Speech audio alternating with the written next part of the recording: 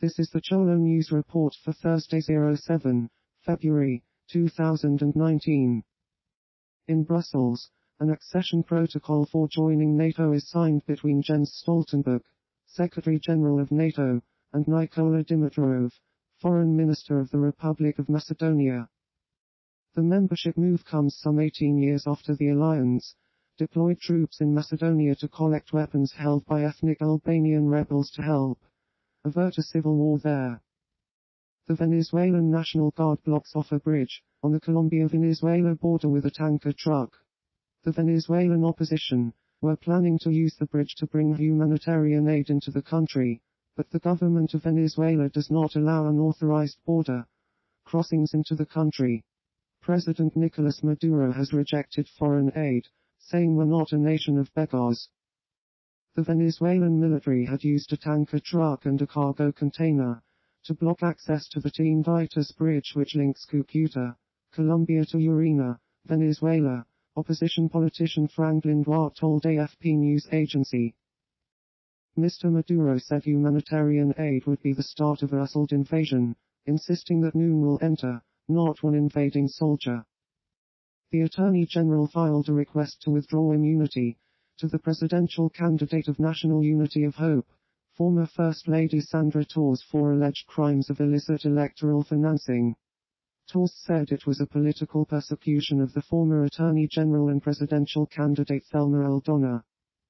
She was accredited Tuesday as a candidate for the election this June, a status that confers legal immunity from prosecution. As chief prosecutor, Aldana worked closely with the commission, known as CICIG, bringing graft cases that swept up dozens of public officials and business people, including then President Otto Perez Molina.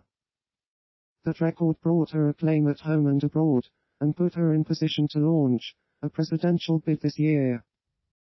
The United Kingdom Minister for Security, Ben Wallace, says he has reason to believe British photojournalist John Candley is still alive and is being held hostage by surviving Islamic State militants.